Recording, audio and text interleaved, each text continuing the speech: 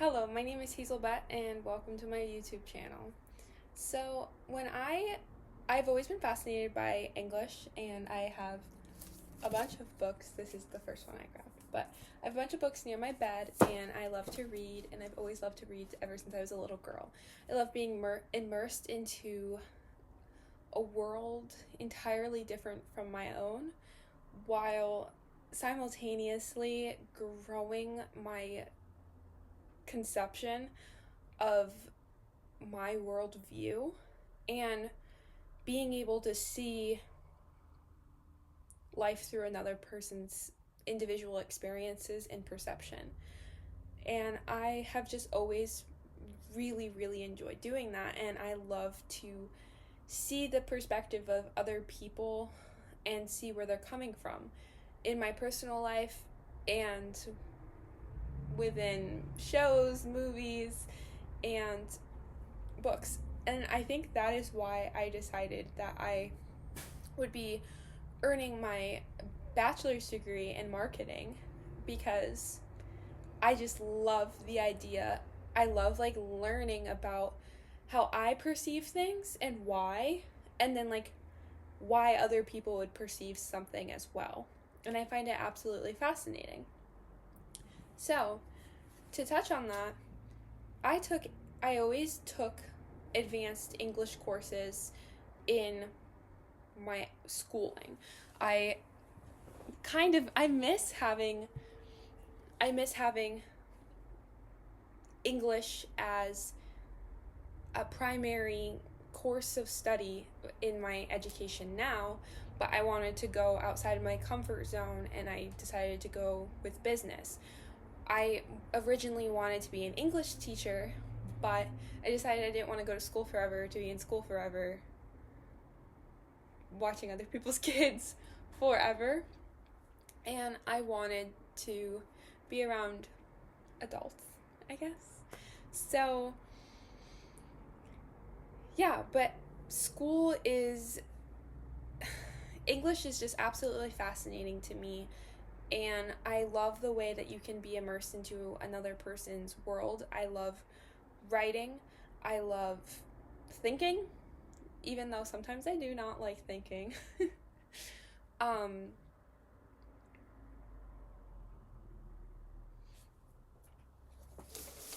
if I can. That. I think that looks better. There we go. Just messing with the lighting. So, where was I going with this? Alright, so in my junior year of high school, I took AP Lang. And basically the whole premise of AP Lang is you just have to dissect the meaning of the words in front of you. They're asking you, why did the author create it like this? Why did they use this word choice? What is the deeper meaning? What are they trying to tell you? And oftentimes my classmates and I would be like, was the author even thinking this? I don't know. And we'd all have different ideas and reasoning as to why we got to that final conclusion. And that class was excruciating. And I loved every moment of it, though, because it broadened my perception of the meaning of things and the world so much. It did it greatly. And I really appreciated that class, that course, that teacher. I always say professor now, but that teacher, and my time within that class. I really loved every moment of it. And one thing that I wrote, because every quarter we had to write a reflection about where we thought our grade was. And I'm thinking of this because I found a piece of my writing a few days ago and I read it and I was like, wow, very insightful. But I was also editing in my head what I could do better, what I could have done better, but obviously it's 4 years later, so I would hope that I would find things that I would want to improve now. And I was looking at this piece of paper, and it was my final assessment for the last quarter.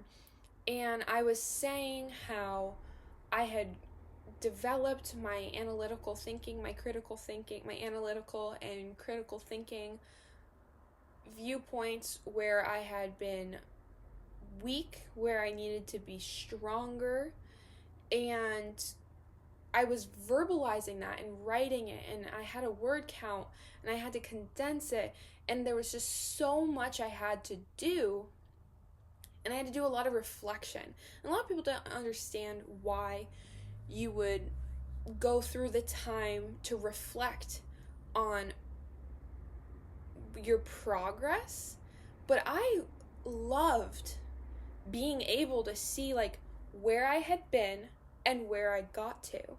And genuinely, because I feel like I have a million to-do lists all the time, and I check it off, I check it off, I check it off, I check it off. I get my grades back, and my grades will be like good.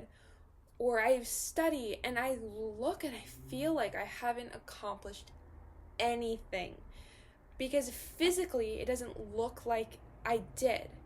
Like if I clean my room, then I'm like, oh, I cleaned my room. Or if I have to move a whole bunch of wood from one spot to piled, then it's like, that is complete. But when the work that you're doing is in your mind, sometimes it doesn't feel like you can be like, I did all this work, when you did. And interestingly enough, I feel like this realization is parallel with my experience with my third concussion, my sophomore year of college. Yeah. About a year and a half ago, a little over a year and a half. Wow, that's crazy. I got into a car accident and I had a really bad concussion. And it's not a broken arm. You know, people see your cast and they'll go, oh, like your arm's broken, like you can't really use it very well. But when it's your head, people do not notice that as much. And so what I think is interesting, so when it's your mind, when the things are in your mind, the only person that can know the development and the change that you have had is yourself. And I think, and having a lot of your self-concept or security, or having your self-concept and having your self-concept, validity, and worth outsourced to other people, whether it's subconscious or consciously, you are not being validated that you are working on things when it's in your head. Like, if I go to the gym, like, I went to the gym, I changed my diet, I went to the gym, I started doing a bunch of steps, I worked really hard, really hard, and I lost about 30 pounds, and now I actually have a bicep, even though I feel like, see, look, I have like biceps now, and I worked hard. That is physical improvements. If I show you a picture from a year ago, or even 6 months ago, from now, you'll be like, oh wow, like your quads got bigger, your glutes got bigger, your lats are looking good. Like, I can show you a comparison, like the contrast between then and now. However, if I show you a picture of me smiling from, I don't know, like now or any time in the past, you're gonna go, oh, you got older, or oh, you looked younger. You're not gonna be able to photograph the changes that you have made within your brain. You can't document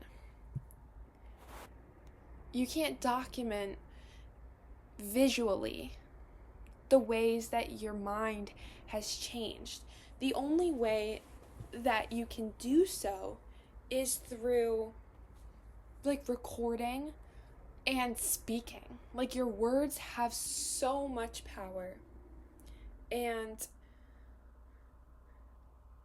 it is truly remarkable to reflect on where your thoughts were in a moment of time compared to now, especially on the same subject. And we are not always the same. We are constantly changing. And knowing that we are going to keep changing and hopefully keep growing is something so powerful, so positive, and honestly, I find so comforting, because I know who I am today, but I also know everyone that I've been in the past. I'm still all of those things from the past to now. They're building on top of one another, because when you have a foundation, you have to build on top of that. And sometimes some of those things that built us, maybe it folds away, and that's okay. But at the end of the day, we can do so many different things for our lives. And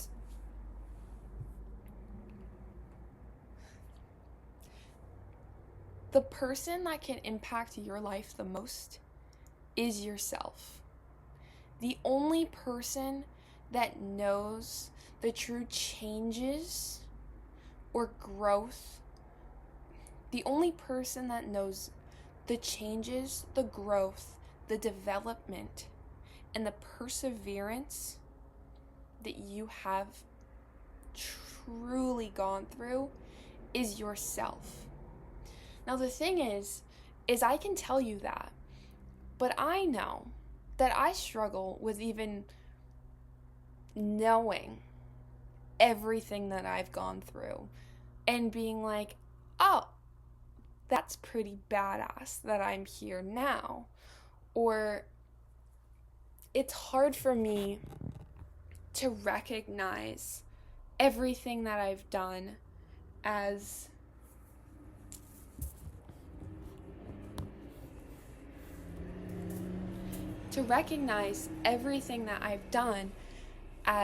strength, perseverance, and truly amazing. And it takes time. But you're the only person that has been present for your life in the entire you are the only person. You are the only person that has been present for every moment of your life. So, I'm going to have a whole nother video on becoming more present in yourself and being presently within yourself.